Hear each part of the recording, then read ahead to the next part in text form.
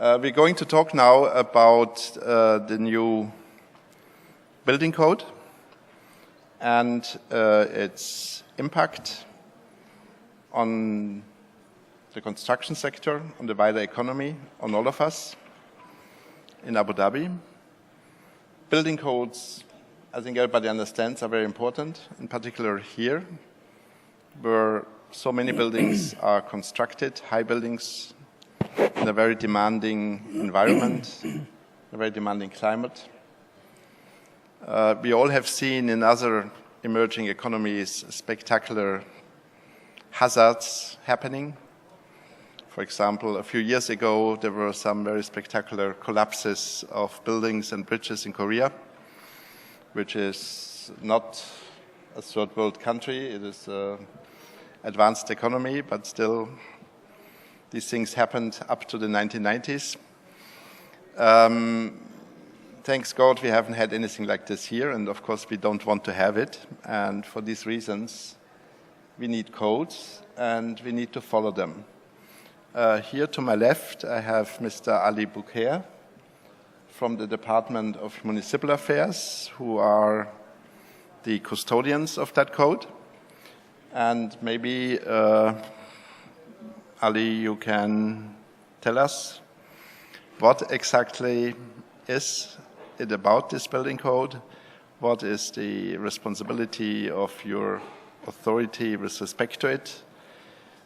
Maybe later we also have Mr. Nick Carter from the Regulation and Supervision Bureau. Maybe not all of you know exactly the roles of these two authorities, so please explain also in a few words the responsibility of DMA in this context. Okay, go ahead. Yeah. Good afternoon, everyone. My name is Ali Bouker. I work at the Department of Municipal Affairs. The Department of Municipal Affairs is one of the departments for Abu Dhabi government. They were established in 2007 to regulate the three municipalities. So DMA is the regulatory body. The three municipalities under DMA is Abu Dhabi Municipality and Abu Dhabi City. We have Al Ain Municipality and also Western Region. DMA, as its capacity to regulate the construction sector, is embarked on developing, adapting and developing a new building code for Abu Dhabi Emirate. To give you a bit of perspective, if we go back to the pre-oil era, 1960s, literally Abu Dhabi is, the Corniche area is made up of, mud houses and a few buildings. If you can imagine, at that time there was really no regulation in place, so everyone was building the way they wanted.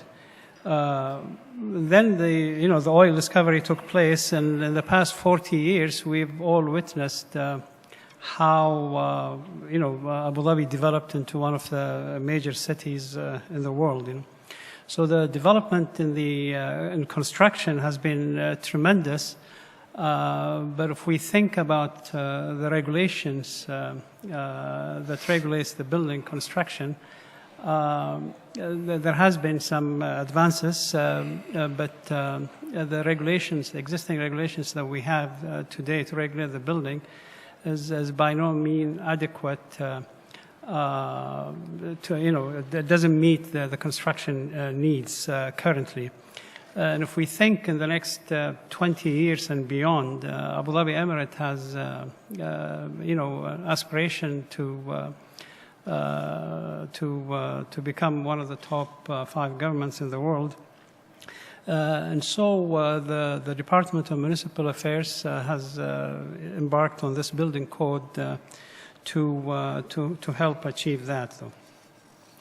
So we have a great case for a building code. So what is a building code? A building code is a set of rules and regulations, provisions, if you will, that specifies the minimum acceptable level of safety for buildings.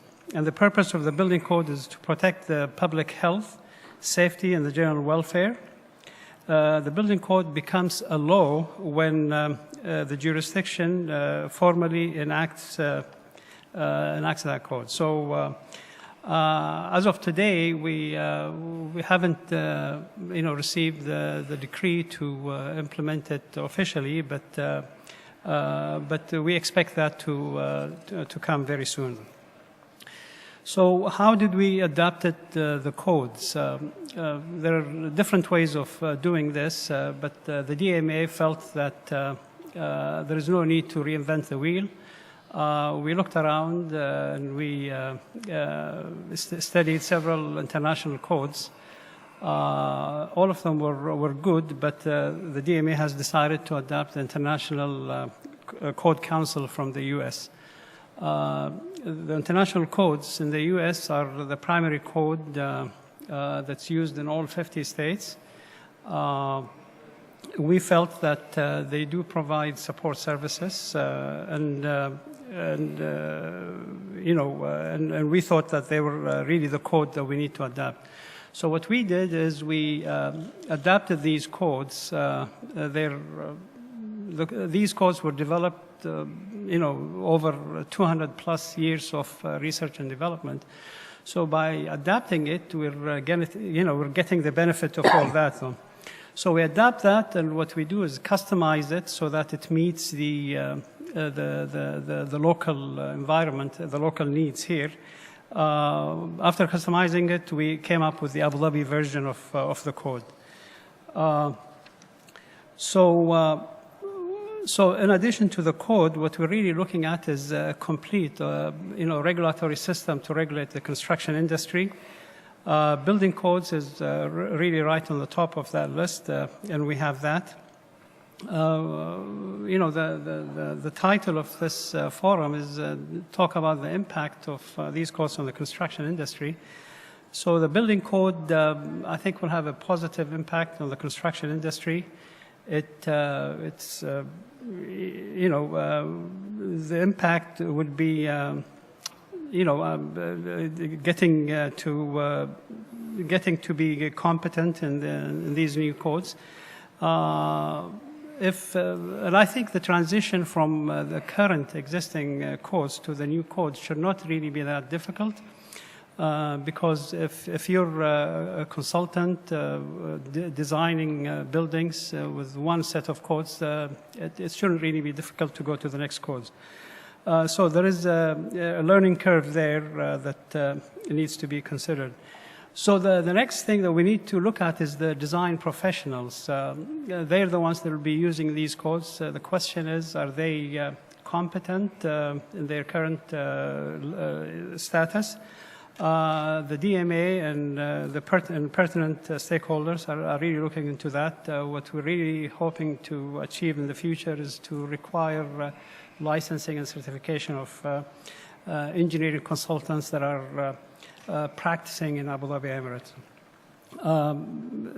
The permit department in the municipalities, we really need to revisit this to ensure that they provide the best services to the consultants and contractors. We'll be going through accreditation process. We're looking into putting in place an e-permitting system. We have an ongoing initiative right now that actually creates an automated plans review system that actually does the plans review in an automated fashion. All these are in the works, and hopefully it will provide the best services. We're looking at the contractors and the subcontractors as well. They're the ones that are building the buildings. The question is, are they qualified? They need to be qualified. They need to be classified properly. During the building the constructing the building, we need special inspectors that ensures that the building is built according to the approved drawing. Another very important issue is the building materials. If we look at this building that we have here, there must be thousands of different materials that are used to build it. Are these materials conform to the requirement of the building code? This is a big question mark. This is why we had this conference, really. So building materials is a really big issue. The QCC is playing a big role in ensuring that there is conformity there. The new building codes specifies materials, with standards, and we're working closely with the QCC to ensure that proper materials are in the market, and those that are not should be really removed from the market. We're looking at testing laboratories. Are they accredited? Do they do their jobs? We have other agencies that are serving the construction industry. We have trades persons that come from all over the world. Are they qualified? So all these issues, we're looking at a holistic regulatory system that will ensure there is a support for the building code. Going back to the building materials, since this forum is about really that, adapting the code from the U.S. Doesn't necessarily mean the code, the materials, the standards will just be U.S. standards. On the contrary, there is a clause in the code that actually allows alternate materials, design method, and constructions to be used. So the materials that are existing here can still be used, provided they meet the intent of the code. Again, we're working, DMA is working with QCC to ensure, that transition is in place as the code is being adapted. And really, so as far as materials is concerned, Abu Dhabi Emirate will have the Abu Dhabi standards. It's not really American. It's not British. It's not only American and British. It's standards that are acceptable and conform to the requirements of Abu Dhabi. So we can call them Abu Dhabi standards, and they're a combination of many different standards. So the impact of the building codes, what it does, it creates a unified building codes that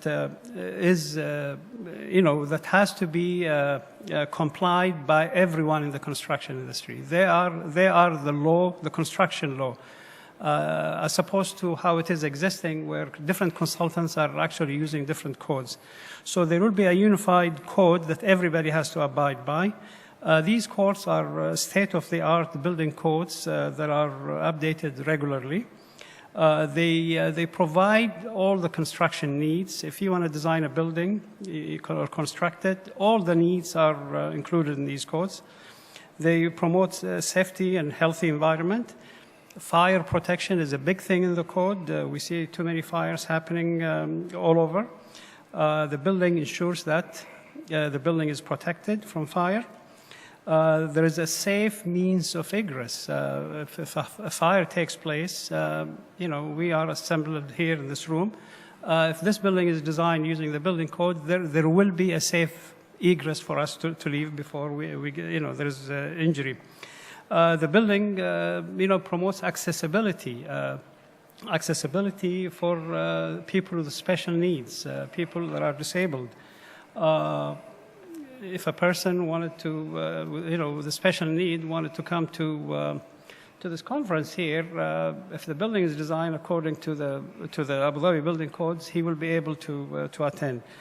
There are too many buildings around town that are not accessible. Durability is a big issue in this part of the world with the harsh environment. The codes addresses that. The codes also addresses energy and water conservation, which is sustainability. It doesn't only produces a healthy environment, but it produces healthy economy for the country. Having a proper code in place promotes foreign investment.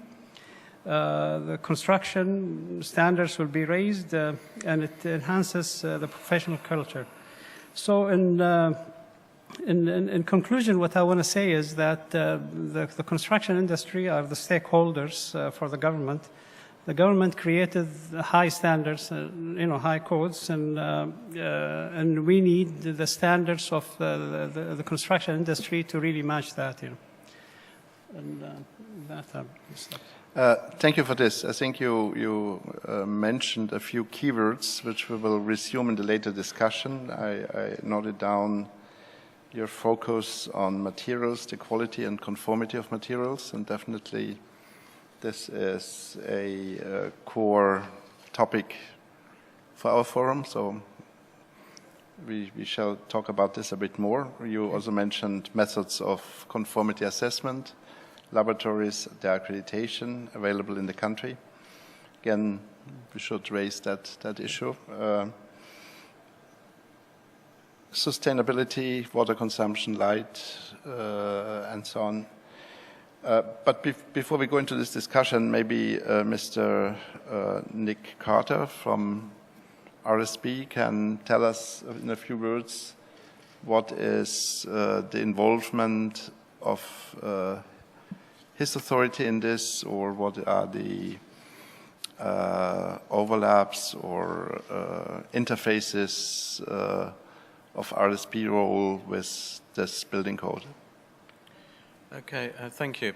Just to briefly outline the work that we do, we were established at RSB, as we're often called, or the Bureau, were established in 2009, in 1999, to basically oversee a sector that was unbundled in the same way as the UK water and electricity sector, particularly under Margaret Thatcher in the 80s and subsequent to that in the 90s.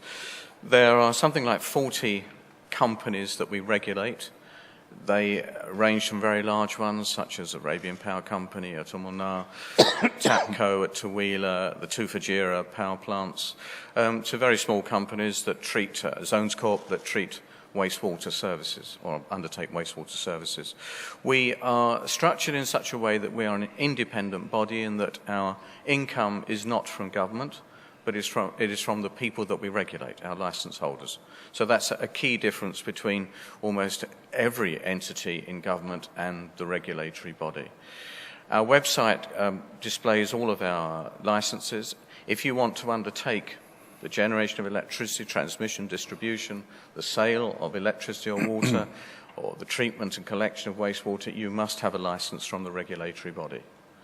And that license has the backing of law behind it. On top of that, we regulate companies that are known as monopoly companies. So Abu Dhabi Distribution Company, the Transmission Company, Transco, Elaine Distribution Company, Abu Dhabi Sewage Services Company, they are monopoly organizations that have, in its purest sense, an enormous amount of market power. They could manipulate markets, they could decide to treat customers in a poor fashion, they could put up prices. Our function is ultimately the protection of customers.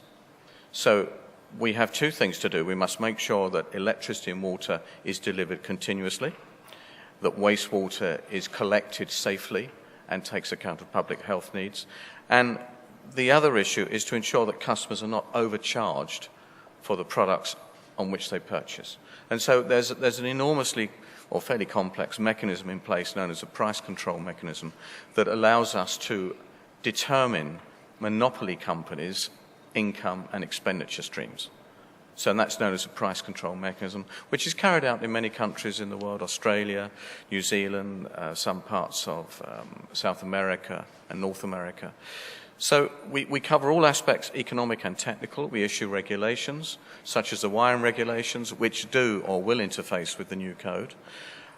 And the wiring regulations, this building would have been designed and built in accordance with the RSB wiring regulations. So we issue those, we update them, we have a committee that oversees that. We are members of a number of committees, for example, the Grid Control Committee for Transmission. So the 4 nuclear power plants that are coming online in Baraka, we will license those 4 companies to generate electricity, and we will license them basically to sell energy to the single buyer known as Abu Dhabi Water and Electricity Authority. That company has to bring on 4 enormous power plants onto the transmission system, and therefore there are quite substantial technical issues in terms of how they are operated safely and not to the detriment of the transmission system for Abu Dhabi, and obviously looking further afield at the Emirates National Grid and the GCC grid, which you also connect to. So they're the kind of things we do. I'm delighted that the new building code is coming in. From a personal perspective, 2 years ago I moved into a fairly new villa in Gulf Gardens, and there was a CO2 fire extinguisher hanging on the wall that you would have had to have been the statue of Arnold Schwarzenegger to pick up, let alone use. And this is for someone to deal with a fire in their kitchen. And this was a truly enormous fire extinguisher. It would have not looked out of place on a battleship.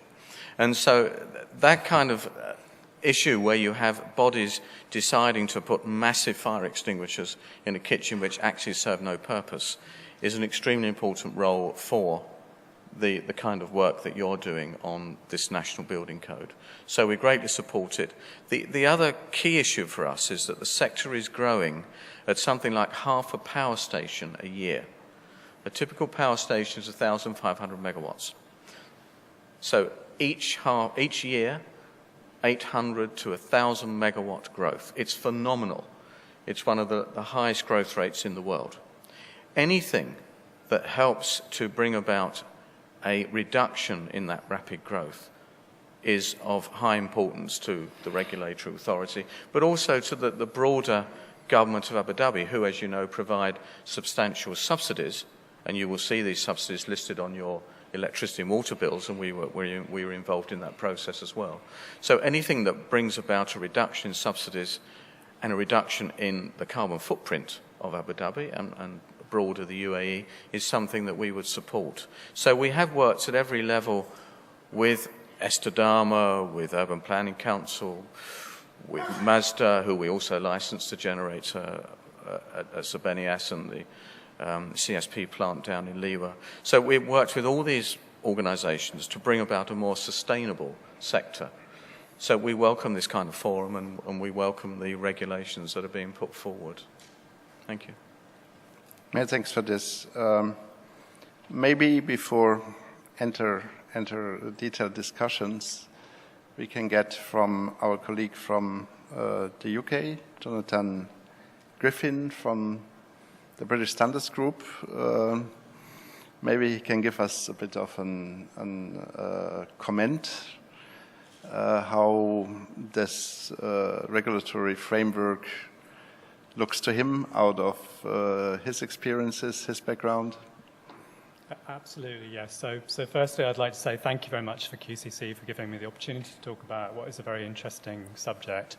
So my name is Jonathan Griffin, and I'm the head of the construction department at BSI, which means that I'm responsible for around about 3,500 standards, the vast majority of which actually are international standards, so European or ISO standards.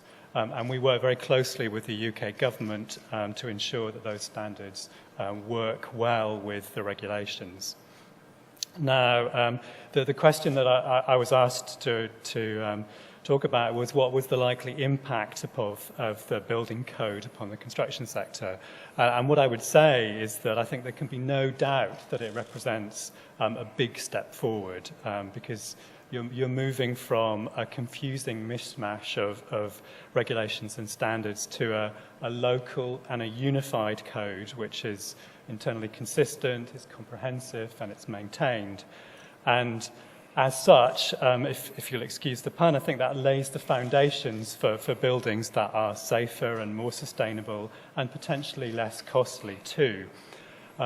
I've described it as a significant step, and I think many others have as well. And I think the implication is that there are other steps to be taken. So what I'd like to dwell on those for a bit. So I think there are probably 3 challenges going forward. And the first is, how flexible are the codes? Secondly, how will they develop to reflect changes in technology? And thirdly, how will compliance to these codes be achieved? And I think the success of the building code depends very much upon how those challenges are met. So, talking about the first challenge, which is around flexibility, if we take a step back and think about the benefits of standards and codes, at a national level, that absolutely they do deliver health and safety, sustainability and cost saving. But they also have a really important international dimension. So international standards are really important as a facilitator for global trade. They remove barriers, they create level playing fields. And as such, they allow greater competition, and greater competition leads to greater innovation. And innovation, given the challenges that we all face, at climate change and so forth, is key. So I think the challenge really is the extent to which the UAE Code can accommodate alternative international standards.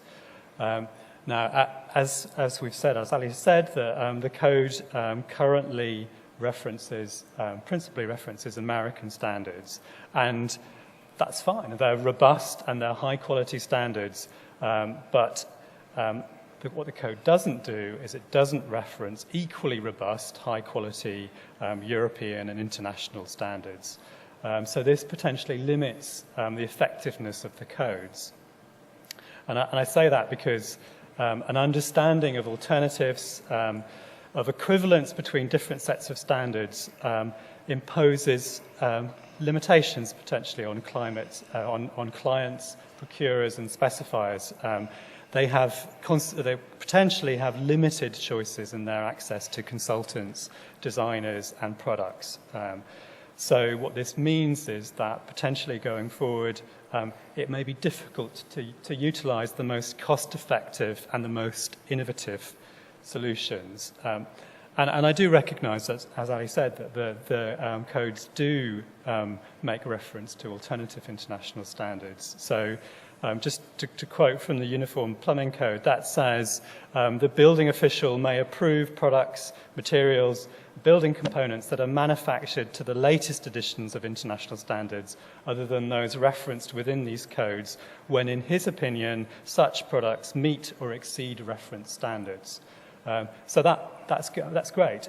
However, the challenge is that imposes a considerable burden potentially on the building official or the designer or the product manufacturer to establish equivalence.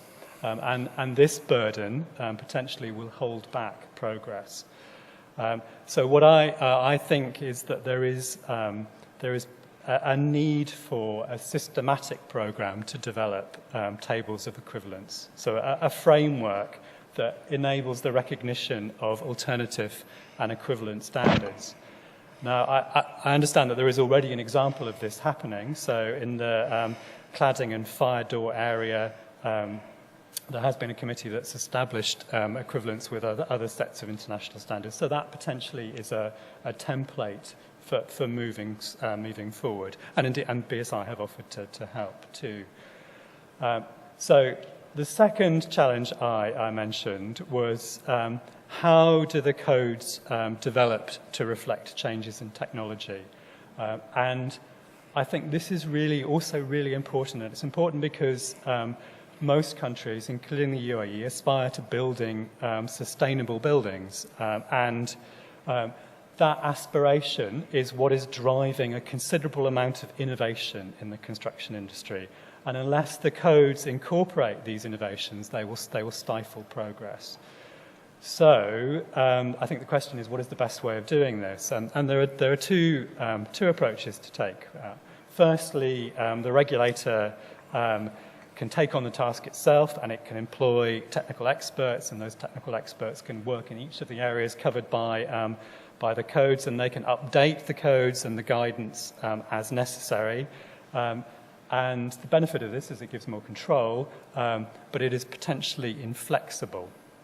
So that brings me to the second alternative, and that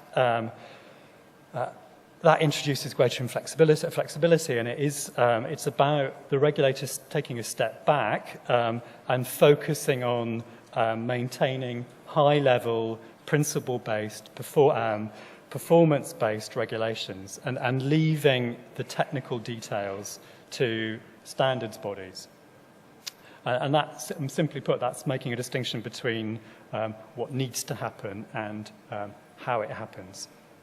And this actually was, the reason I'm so interested in the subject was this was actually the topic for an international workshop that BSI held recently. And I think the view was that making a very clear distinction between mandatory regulations and voluntary standards is beneficial because it does address that issue of innovation. So industry-led standards bodies are much more able to respond to innovation. And also, actually, they are able to deliver potentially greater compliance because they are based upon a more consensual approach to development. So compliance brings me to the third area. So a key question for the code, how is it going to be successful, is how is compliance going to be achieved? And traditionally, compliance checking has been a very labor-intensive activity. It's required a well-resourced, highly trained inspectorate, and that's particularly important when the codes are imposed top-down rather than developed by consensual methods. That said, there is another innovation in construction that is set to transform that process of compliance checking, and that's building information modeling, or BIM. BIM is quite a technical subject. It's about generating digital data about construction products, and if I go on much longer about it, you'll probably pass out, but the significance of it is that once you have digital data about the construction project, then you're able to use software to check whether designs comply with regulations or with standards. And that potentially has a huge impact upon the process of compliance. And it's not a theoretical aspiration either. So in Singapore, this method is already being used, and it has had a big impact upon the quality and the speed of compliance. So compliance checking that may have taken a few months is now completed in a matter of hours. And I think that BIM, Building Information Modeling, now has a momentum. So from a BSI perspective, the UK government have mandated the use of BIM from a contractual point of view in all public projects going forward from 2016, and that means that BSI have fast-tracked the development of standards that will make it possible to implement BIM. So I think this is a really important innovation that the UAE code needs to bear in mind. So just to conclude, I think my central thought on this is really that if the UAE is going to embrace innovations in the construction industry, it needs to continue to develop building codes and ensure that they are as open as possible to evolving international standards from wherever they may come. Thank you. Yeah, thank you for this. Mr. Ali, maybe you can tell us quickly how you in DMA envisage to address this issue of flexible application of new technologies, of adaptation of the codes to new technologies. What's your concept how to deal with this? One of the international codes that we're adapting is called the performance code as well. it does exactly what you've mentioned. We understand that there are a lot of unique projects in Abu Dhabi and the UAE. And the code could be prescribed, or it could be performance. Prescriptive, it means that you follow certain regulation to get to the objective, to the final goal. Whereas performance-based code, it defines what the goal is, and it will allow you to innovate on how you come up with those designs. So I think what Jonathan is mentioning, we'll have a performance-based code that will allow innovation in the future. To his third point, successful implementation of the code through compliance. I mentioned in my presentation that one of the initiatives that we're working on is called Automated Plans Review System. This is exactly what Jonathan has mentioned. It uses the BIM modeling to come up with a way to actually check the codes in an automated fashion. Instead of the plans reviewer and the permit department checks the code manually, this system actually helps him check that.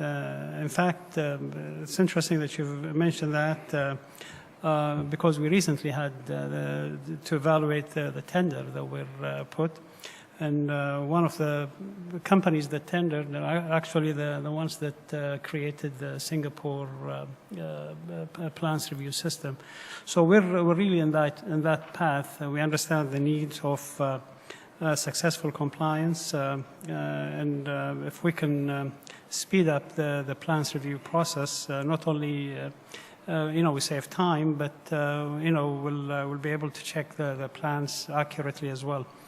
I just want to point out that when we sent out the RFP, we wanted the system to actually review all aspects of the codes. But what we've discovered, what we've asked the tenderers actually to create a pilot so that we can essentially test it to make sure that it really does what they say it does. But we were a bit disappointed that it has limited capabilities, but it will be able to do a good job in checking the non-structural aspect of the building, for instance. I think the structural is something that we can come up in the future. But what we've decided to do right now is limit the scope into checking non-structural type drawing. So that's really my answer. Yeah, Nick, is your authority also using similar approaches when it comes to keeping regulation up to date, or to use completely new concepts for that? Regulation? No, I'm asking sorry. Nick. Okay. Sorry, could you? I thought you were addressing. Sorry. My apologies. I mean, the RSP is also having regulations and issued regulations and so on. What mechanism do you use to keep them up to date in compliant with new technologies and all that? Is that the method of regular review, or more like keeping, as is planned here, performance-based criteria which are not so much specifying particular technologies? I mean, what's your approach to this? Yeah, I mean, our wiring regulations, as an example, they don't specify any particular piece of equipment. They would specify, for example, that if you're going to use socket outlets, they will be to an IEC standard. But the make of that socket outlet, whether it's made out of one fire-resistant material or another, is not necessarily relevant to the way that we would specify their use. On all our codes, we have a code chairman, And that would normally be from one of the license holders that are affected by our regulations. And then we, as a regulatory body, would normally be a member of that code. And if there were changes that needed to be made, normally we would consult.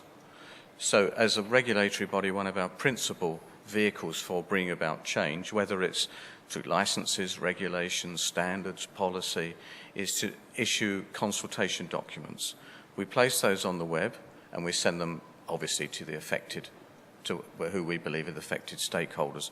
And that process, is fairly slow, but it's transparent and it's recorded, and then we would record any comments back, and that would go to the code panel, who would eventually agree a change if that were necessary. And then that would get into a revision to the regulations. And that's the process that we use.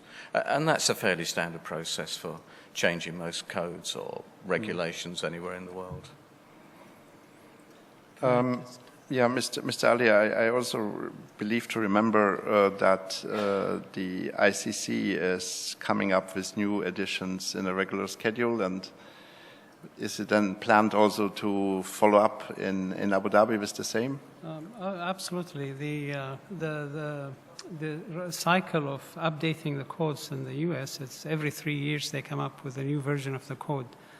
The code that we adapted is the 2009 version, and already the 2012 is out, and in 3 years' time there will be a 2015. The beauty about adapting these codes is we in Abu Dhabi will benefit from all the updates through research and technology, new method of construction that comes up. It will be at our disposal to adapt it if we feel like it suits us. If not, we can refrain it, So, and also, as members of the ICC, we could also, recommend changes to the code. We could do that. So absolutely, all those benefits, all those updates, if we feel like it works for us, we'll adapt it. Okay, so it's a two-way road. We can also... We can also propose amendments as well. Well, that's, I think, interesting. I think all of you put quite a focus on compliance and conformity assessment. How do you envisage this? I mean, we have certain requirements, then we mandate or we recommend certain standards. Then we may, if we follow the recommendation of Jonathan, have lists of equivalencies of other standards. Let's say the code gives us an example, an ASTM standard, and then through the controlled process of equivalency, we come up with a equivalent EN standard or British standard or IEC standard or whatever it might be.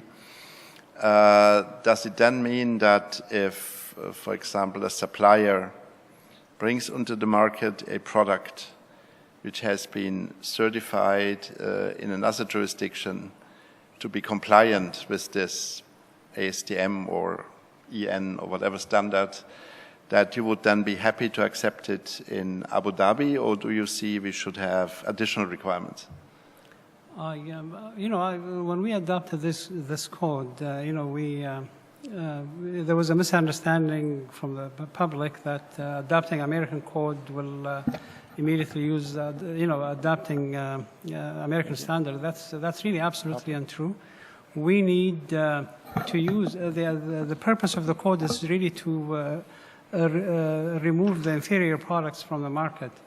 I think we agree with Jonathan that I think Jonathan understands that the code allows other standards. His concern is whether using, there will be a time before these, standards will be accepted as a result of finding equivalencies and so on and so forth. And I think, honestly, QCC will play a major role in this issue, and we've already, DMA and QCC have met, and we need QCC to actually help us come up with these equivalencies. I think we need to find a way to, rather than create a shortage of materials in the market and so on and so forth, to come up with a method where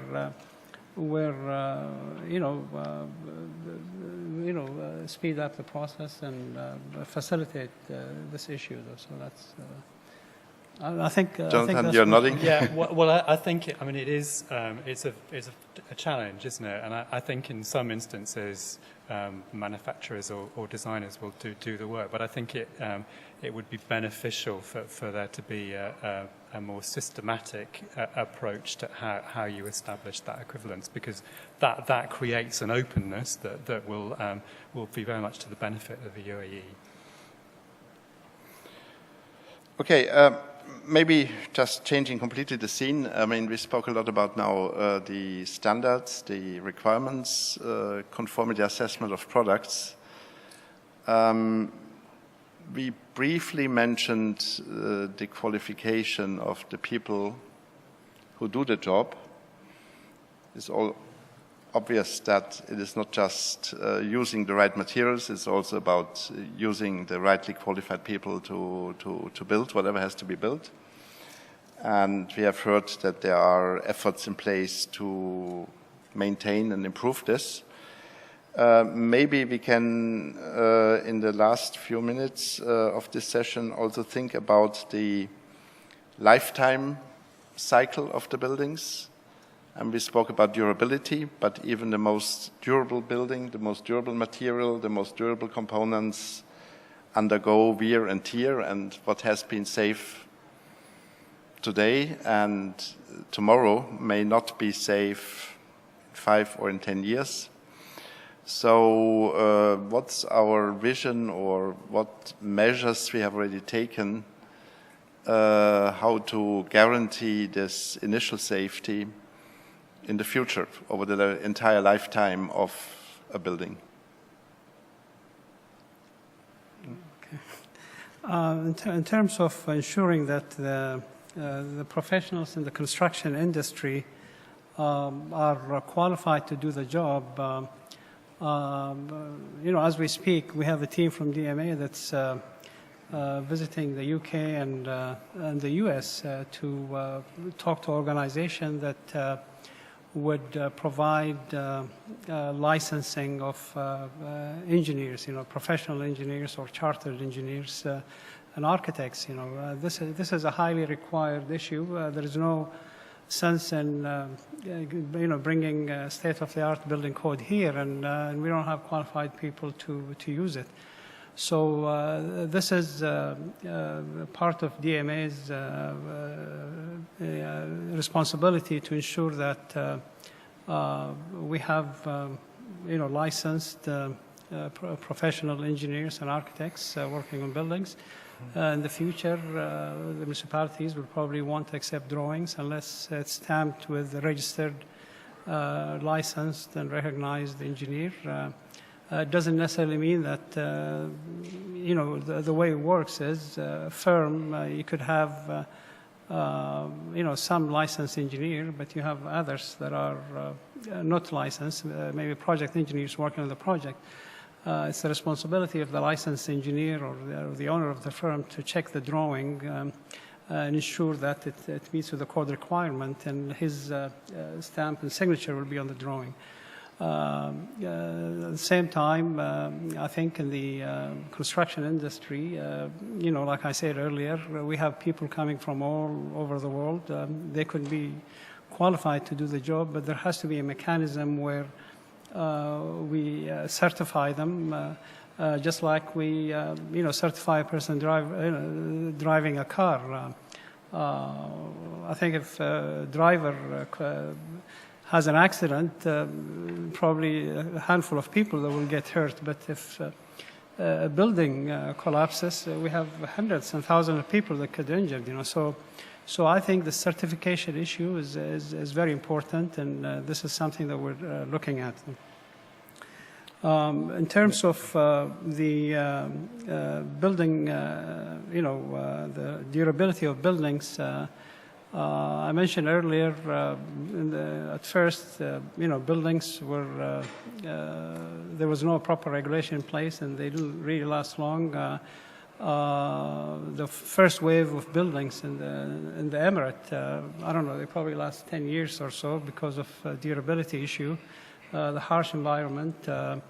Most of the construction material here is reinforced concrete design.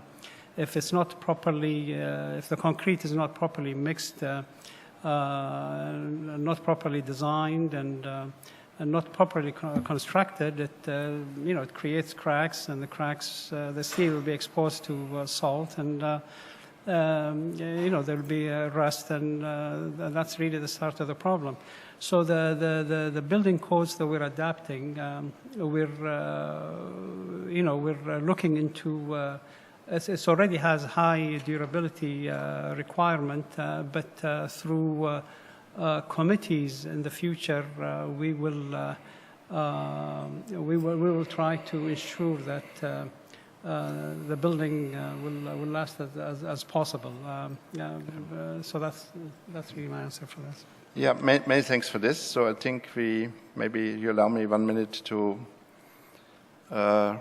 summarize this session. I think we found broad agreement that the building code is a great progress, that the issue of equivalency between international standards and the ones quoted in the building code is important, and in a way I'm pleased that we have addressed it already and that we are working on it. The other issue which was mentioned, that conformity assessment and accreditation is important. Again, this is an issue QCC is working on together with our stakeholders here. So I think we can summarize this, that we have made good progress. We are on a good way. There's still a lot to be done, especially the issue of equivalency requires a lot of detailed work. And yeah, let's do it and let's go ahead. Many thanks to have been available for this discussion, and especially to Jonathan to have traveled so far to attend this. And I think with this we can conclude this session.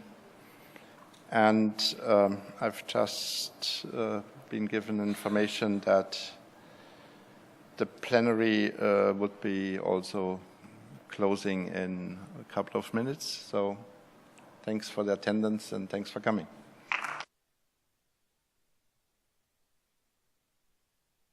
Mr. Shatran, thank you for closing the session before we ask questions. Thank you so much. Welcome, everybody. Thank you very much for this presentation and discussions. Building code is very important practice being followed internationally, and hopefully locally we will be implementing and executing it properly. Maybe I will talk about the control measures, NOCs, and building permissions. It's part to ensure that building codes are being followed. As Engineer Ali said, building code practiced now in DMA.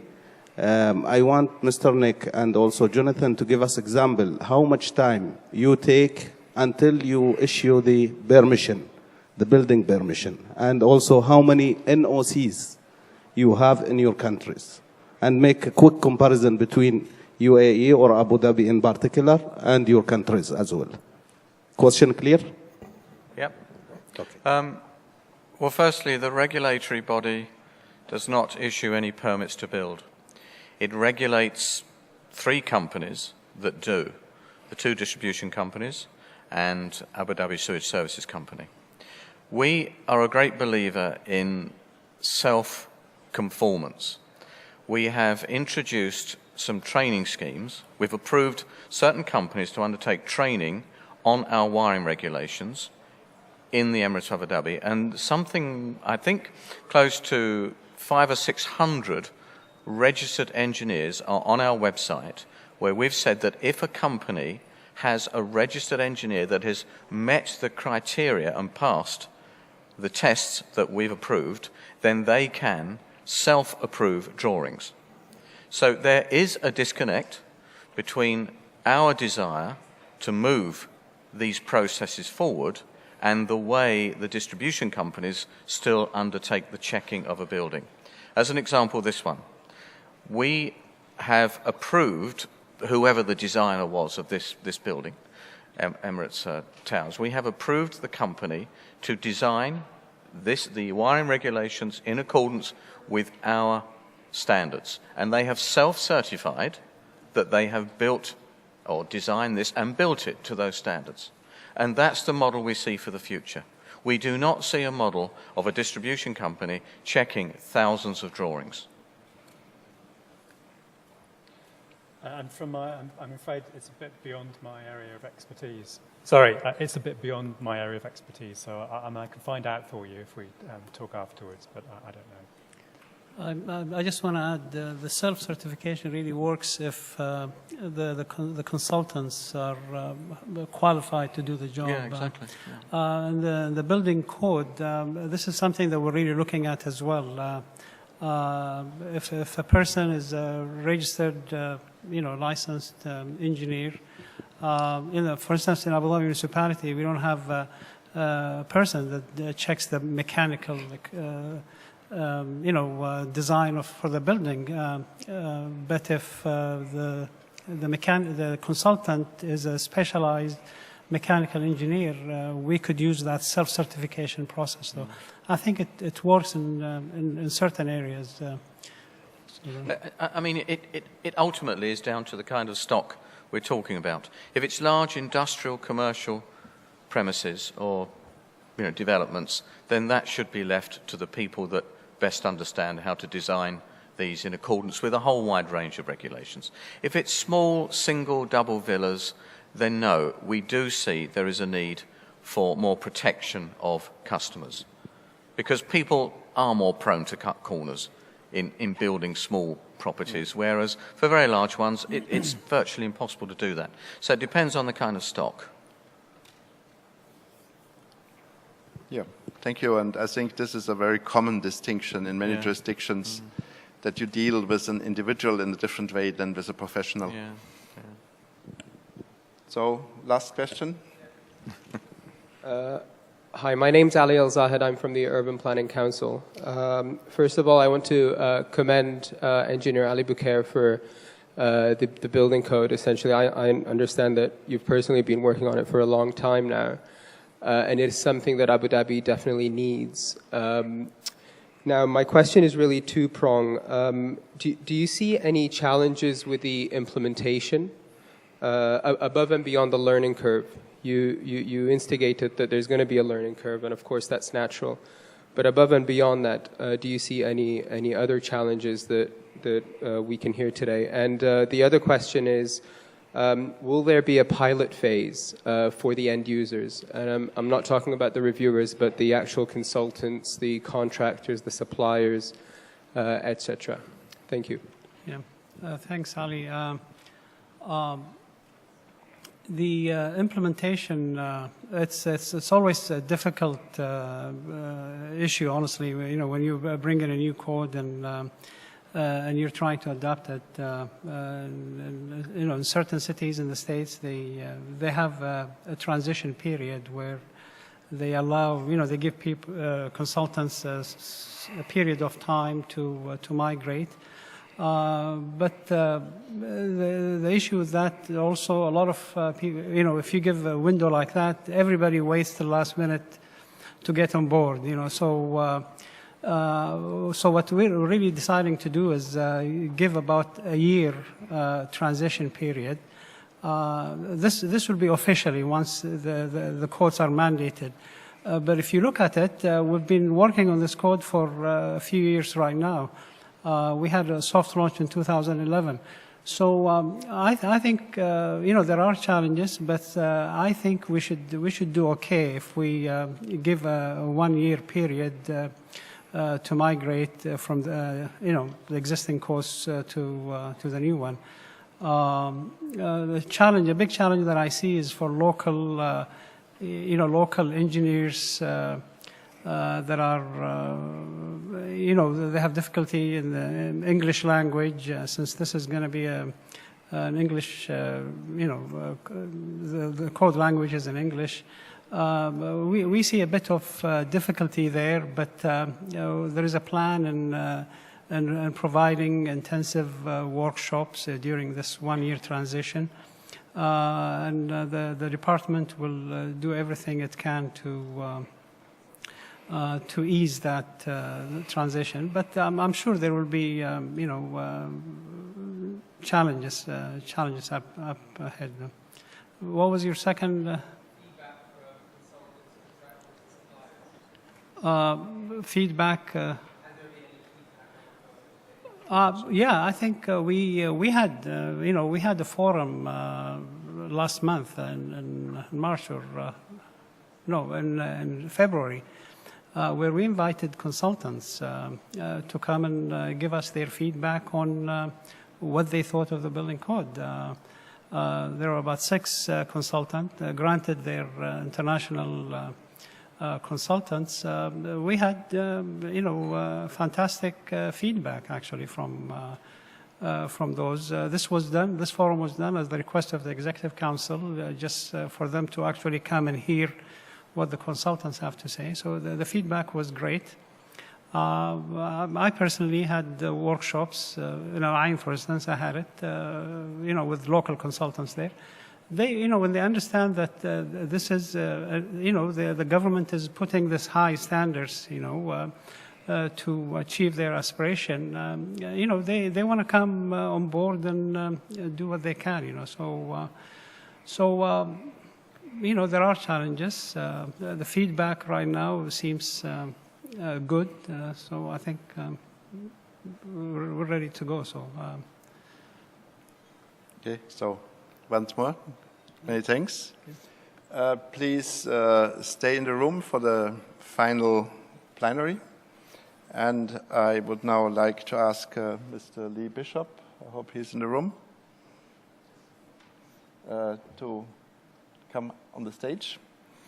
And we shall go, yes.